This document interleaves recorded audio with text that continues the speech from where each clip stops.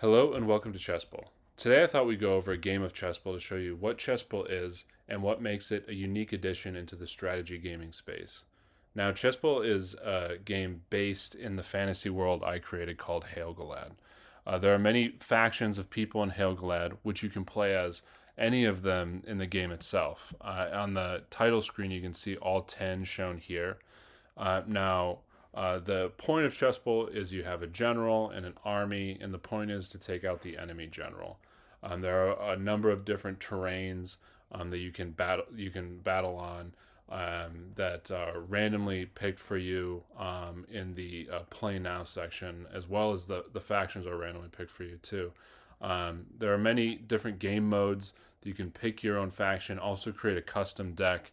There are 4-player game modes, ranked play, some weekly tournaments.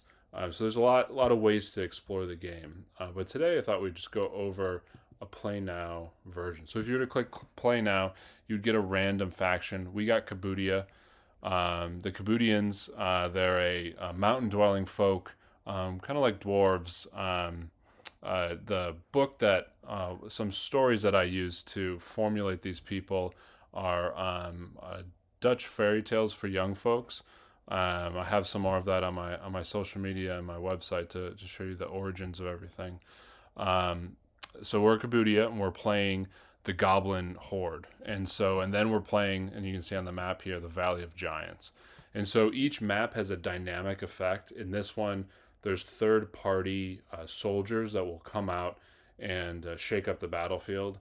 There are also mountains, which are impassable, a bone graveyard, which will give you a attack and a defense bonus if you go there. The forest, which protects you from range attacks, and then there's a ruined fort overlook, which gives you a defense boost. And so that's the map. So when we get in, you can see that you start off with your general, most important piece on the field. They have a special ability, and each unit has 5 stats. The general comes with a lieutenant, so the lieutenant is an important piece, second strongest piece on the board.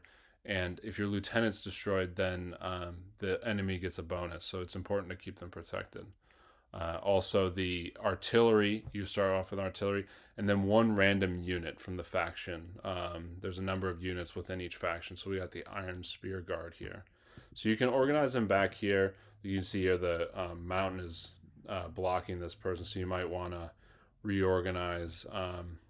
But we'll start the game. So you get random 5 cards out of your deck. So you can have a unit, which you can deploy on the field, an action card, which is one of a number of things, and then the equipment card, which you can give to a regular unit to buff it.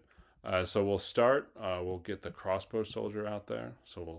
And then we'll push our general forward, because you can deploy your units up to the line of your general, and so it's important to push your general forward, not too far so they overextended, but you want to push them forward so you can start deploying your units. You can see here that the goblins are very aggressive right away. So what we're going to do is bring the mountain goat chariot, bring it here, and then we're going to start bringing the artillery around, and then we're going to attack.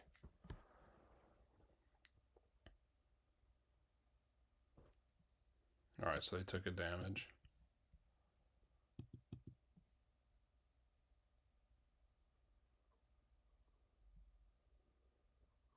Right now, artillery was just attacked, so they're moving some of their pieces up.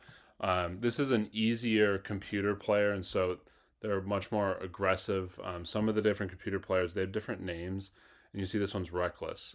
They're much more of an aggressive player. They have different personalities. The whole point is that the computer players are trained on games to hopefully increase their difficulty, and there are difficulty settings for them. So this is an easier one just to show. So you can see they're pulling up here. We can get something here. We'll bring a unit here. Now you can see this little shield is that since they're in a defensive line, they get a defense bonus when being attacked. And so that's important to keep maneuvering around on the battlefield.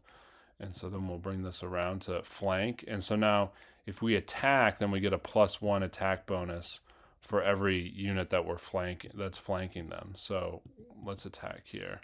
and you can see that we get a +2 attack bonus for the flank. And so how the attacking and defending goes is you get an attack stat, and then there's any bonuses, and that's your attack. And then the defense stat of your enemy, and then each side rolls a d4 dice. And so we have 6, they have 4. In this scenario, it's an automatic hit. And because if we roll a 0 and they roll or we roll a 1 and they roll a 4, it's still 7-5, and so we still get the hit. So it's a guaranteed hit here, and you can see the dice are rolled on the screen, and so then they get hit. And the general's health is up here. It's 3-2 right now.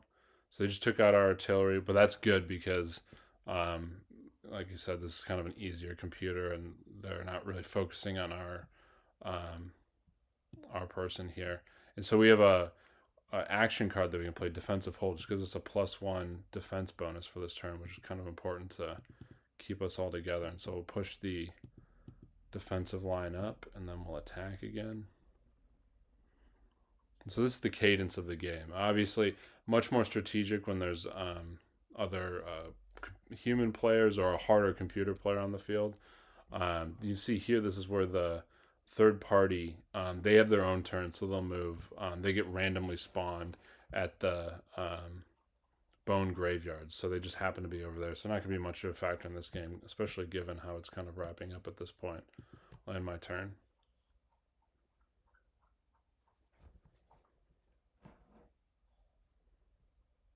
Right there, attacking me. And it's a tie there. That was really important because we got the defensive hold ability, but a tie means that we get pushed backwards, and which kind of works out for us because then we can close the gap and finish this up pretty quickly. I can give a great hammer to Iron Spear Guard, which will give him a +1 attack bonus, and I'll slide him in front and then attack. And it's another guaranteed hit because they're outflanked, outmaneuvered, they overextended their general, and then that's a win.